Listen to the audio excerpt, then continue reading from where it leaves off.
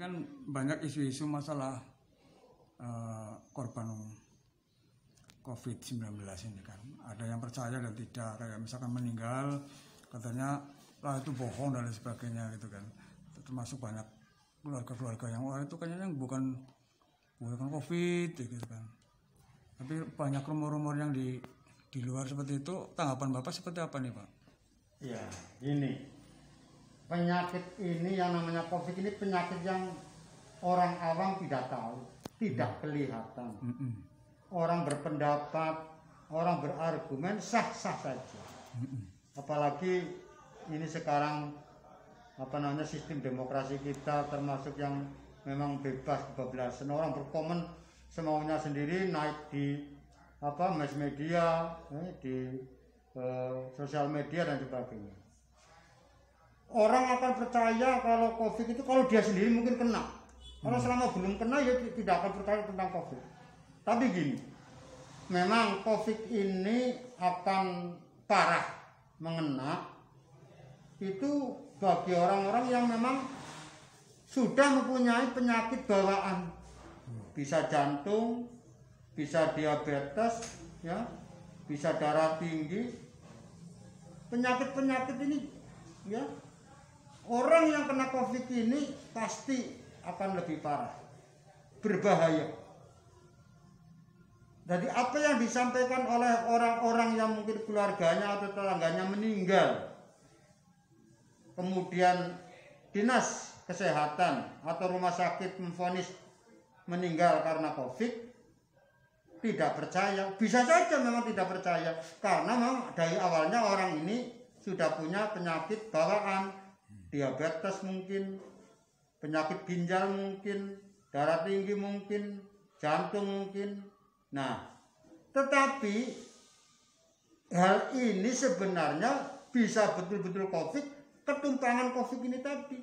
Orang yang sudah penyakit bawaan kena COVID ini akan sukar untuk bisa melepaskan diri dari penyakit COVID ini.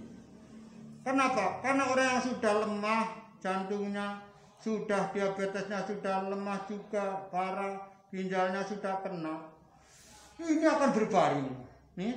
Sukar sekali untuk bisa bernafas apabila orang ini kena COVID, paru-parunya sudah mulai kena.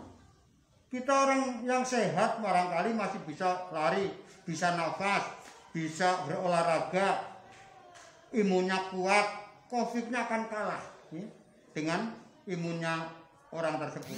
Tapi bagi orang yang sudah kena penyakit, yang sudah mungkin sudah manula juga, ini kan tidak bisa bergerak seperti orang sehat.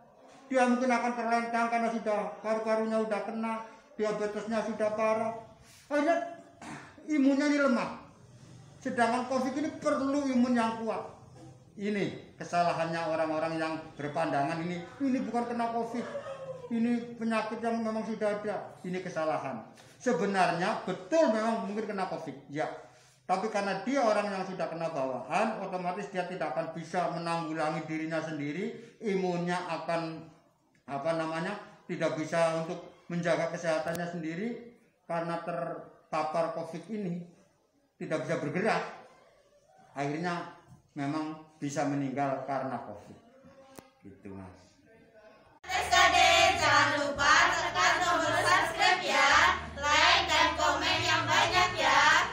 Ikuti terus channel Sarmangki Demam supaya tidak ketinggalan informasi. Mas ini kan saat ini menjadi zona merah nih Pak. Mungkin untuk satu kabupaten kan yang zona hijau hanya Rawalo ya kan, Kecamatan Rawalo. Nah kemudian desa di tempat Bapak ini apa nih upaya selanjutnya Pak? Iya memang ini kabar buruk bagi kita semua, khususnya di Jawa Tengah, lebih khusus lagi di Banyumas. Termasuk Wangun ini kan memang zona merah. Untuk di Kabupaten Banyumas ini dari 27 kecamatan, ini hanya tinggal zona hijaunya tinggal satu kalau tidak salah Rawalo. Kemudian yang 5 atau 6 ini kuning, lainnya merah. Hampir semua kecamatan yang merah sudah ada yang meninggal, termasuk di Wangun ini. Nah, dalam rangka hal tersebut memang tidak gencar-gencarnya Pak Gubernur, Pak Bupati termasuk saya sebagai seorang kepala desa selalu mengikuti anjuran-anjuran beliau, himbauan-himbauan beliau, bahkan surat resmi tentang larangan-larangan apapun kami laksanakan. Contohnya Pak? Ya termasuk larangan untuk mengadakan kumpul-kumpulan, ya, mengadakan acara-acara keluarga yang barangkali mengumpulkan orang banyak. Saya selalu menekankan, silakan kalau mau terpaksa mengadakan acara syukuran, sunatan, undanglah tetangganya beberapa orang saja dengan protokol kesehatan. Tidak usah mengumpulkan orang satu kampung, apalagi menghadirkan tetangga dari luar desa, jangan. Kita harapkan warga saya khususnya yang ada di Banyumas, di Jawa Tengah ini, tolonglah bahwa apa yang disampaikan oleh Bapak Gubernur, Bapak Bupati itu benar apa adanya. Tolong, ayo kita jaga. Semuanya juga menderita, semuanya juga akibat COVID ini, yang mungkin pemain organ tidak bisa main, yang punya kesenian tidak bisa tampil.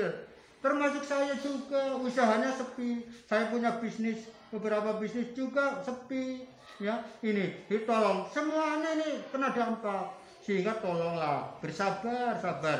Oleh karena itu, apa yang dianjurkan oleh Bapak Gubernur, Bapak Bupati, ayolah kita laksanakan, ya.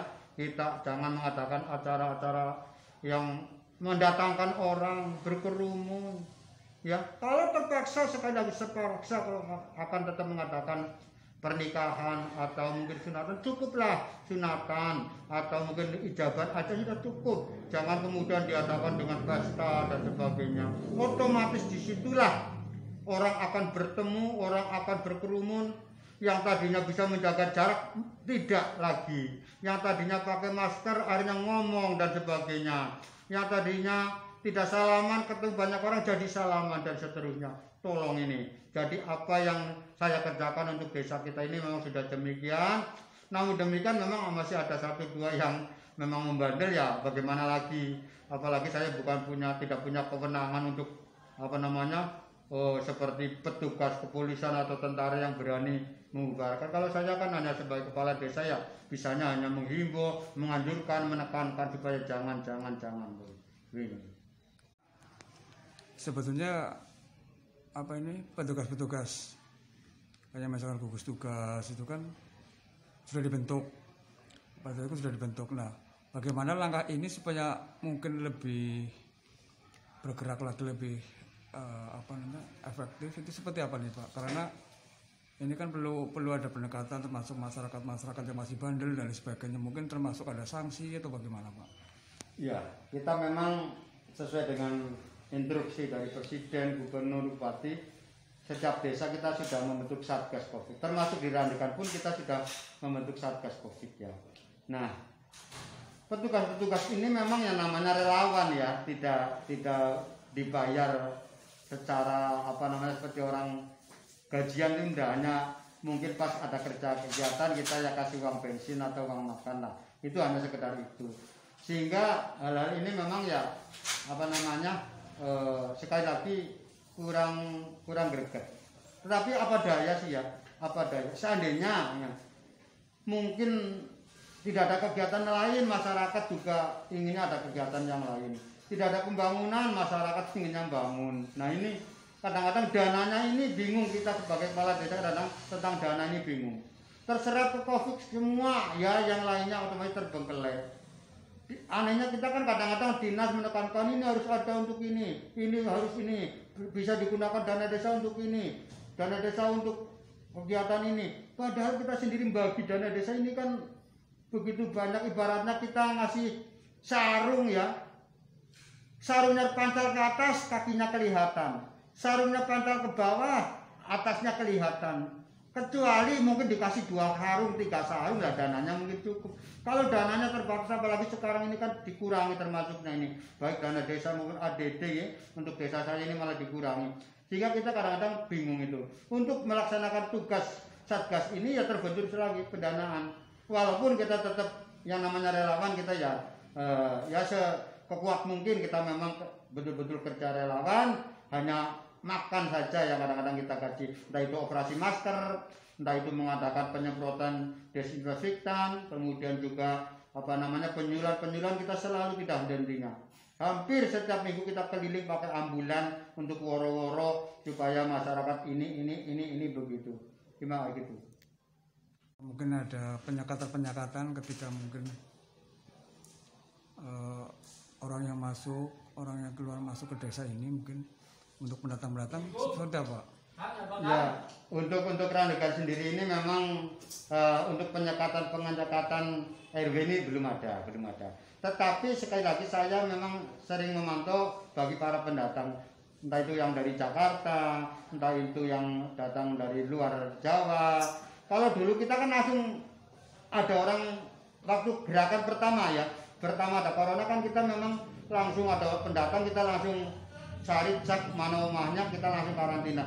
Kalau sekarang orang sudah mulai bosan apa gimana ya, disuruh ini tidak mau lagi, disuruh kamu pulang dari mana, suruh cek ke desa. Sekarang sudah tidak ada lagi gerakan seperti itu kan. Nah, oleh karena itulah memang desa belum mengadakan sekat-sekat seperti dulu lagi, tidak mengadakan hal-hal kegiatan yang seperti itu lagi. Hanya sekarang yang kita kendalikan adalah himbauan, larangan-larangan dan sebagainya. Sekarang orang Jumatan sudah Jumatan lagi, yang dulu sudah bisa dikendalikan. Ya kan mungkin apa karena capek, terlalu lama atau lelah nggak tahu. Tapi yang jelas kami sebagai perangkat negara, sebagai aparatur pemerintah desa tetap melaksanakan apa sih dengan anjuran dan larangan-larangan itu. Sekalipun masyarakat ya tetap sekarang sudah mulai sukar atau mungkin karena sudah capek, udah lelah, udah lama mungkin.